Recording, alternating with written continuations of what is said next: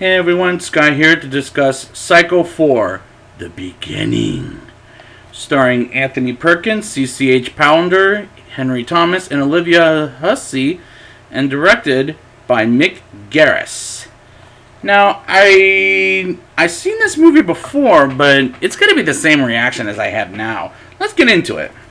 On a local radio show, the host and DJ Fran Ambrose, played by C.C.H. Pounder, is discussing matricide with Dr. Leo Richmond, the doctor having written a book titled Mother Kills, which details boys who kill their mothers, talks about a 30-year-old case in which a young teenage boy committed matricide and then dressed him up as mother and went on a murderous rampage. The next caller, requesting to be identified as Ed, claims to be personally connected with the show's theme.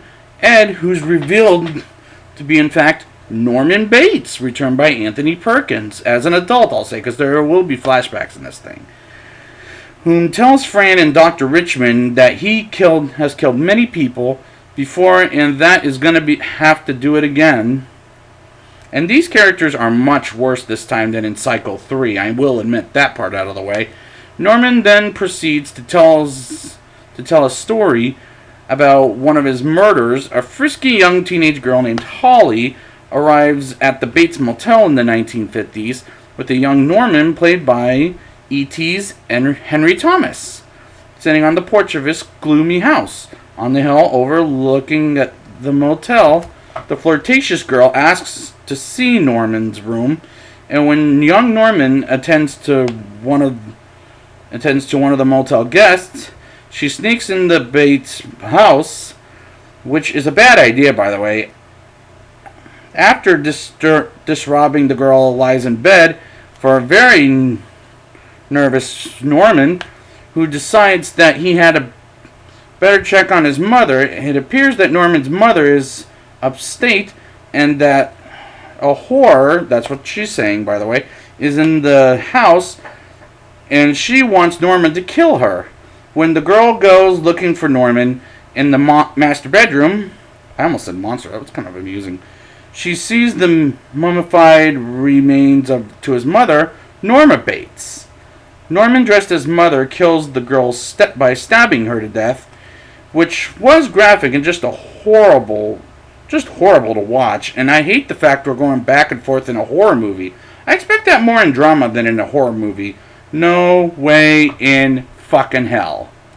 In the present day, when Dr. Richmond asks where Ed was when he killed his mother, an agitated Norman hangs up the phone and turns off the radio.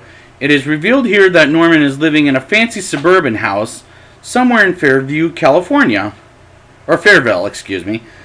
Just then, Connie, who is Norman's wife, phones him from the hospital where she works and asks if he may pick up his birthday cake from the local bakery since she has taken an evening shift at the hospital.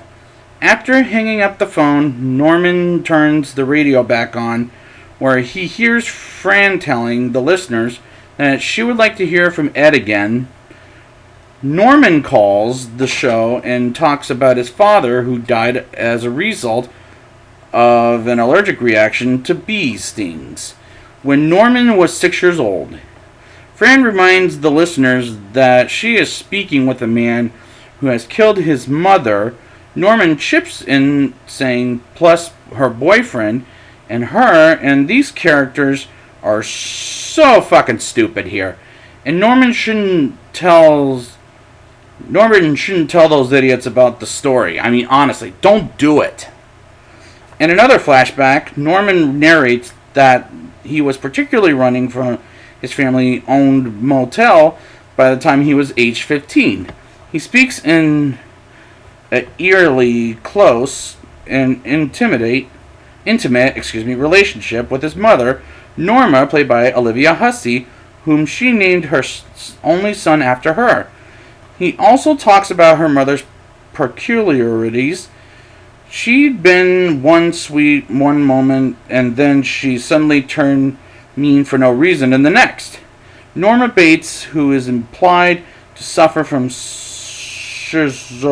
let me see if I'm saying this right. Schizophrenia? I don't know if I'm saying it correctly. And borderline personality disorder, among other mental illnesses, would occasionally throw maniacal tantrums, and she seemed oblivious to her sexual frankness towards her son. One day, when the two of them are playfully rolling in the grass near the Bates house, Norma realizes that her son is getting sexually abused, and she punishes him for having dirty thoughts by forcing him to put on one of her dresses, and she then smears makeup on his face, locking him in a closet. And all of this is fucked up, but unfortunately, I don't buy that by these actors. During a break for Ed, Dr. Richmond expresses to Fran his suspicious that Ed is actually Norman Bates. He says that if Norman makes a threat, it should not be taken lightly. Fran tells her station co-workers to check out the records in Fairvale, California, to see if Norman has been released from an institution, which felt very convenient to see if Norman is making that threat again. Norman comes back on the air and continues telling his life story, and it seems that Norma is upset about a new freeway being constructed so far from the motel, which is making it loose business. She reprimands Norman for not showing sympathy and blames him for her bad bladder, saying unmotherly things like, "I should have killed you in my womb. You sure as hell tried to kill me by getting out of it." And again, I'm not buying it.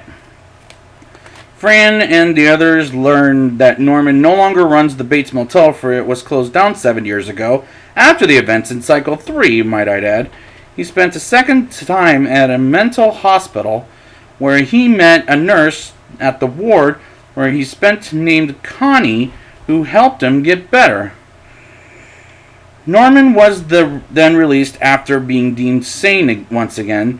He married Connie 2 years ago and has been living with her ever since. And I thought, you should make that into a movie, not an origin story like what we got here.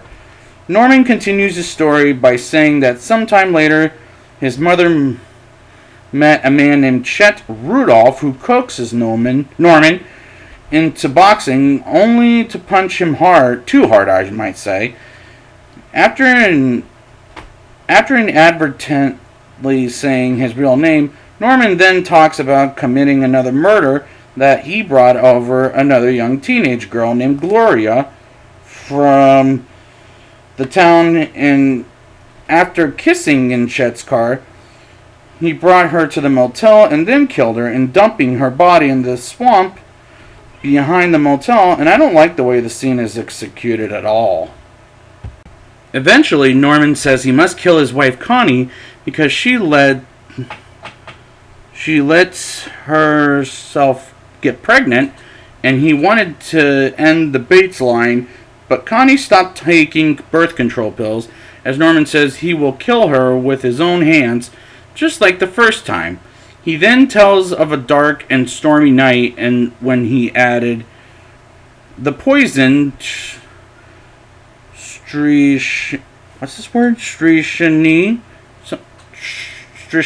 something like that, I don't know, to a pitcher of tea, and served the poison to his mother and Chet. While they were getting intimate in her bedroom, Chet drank the poisoned tea first, and then Norma. When Chet began gagging and telling Norma's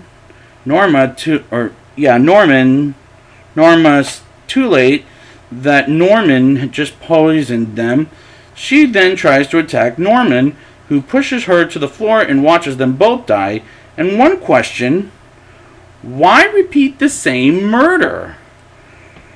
At his mother's funeral and wake at his house, Norman carries his mother, dead, both from the open coffin to the cellar, and replaces her empty coffin with weighted down books from the bookshelf, and closes the coffin and lid, and to keep his secret, he then preserved her body via taxidermy and kept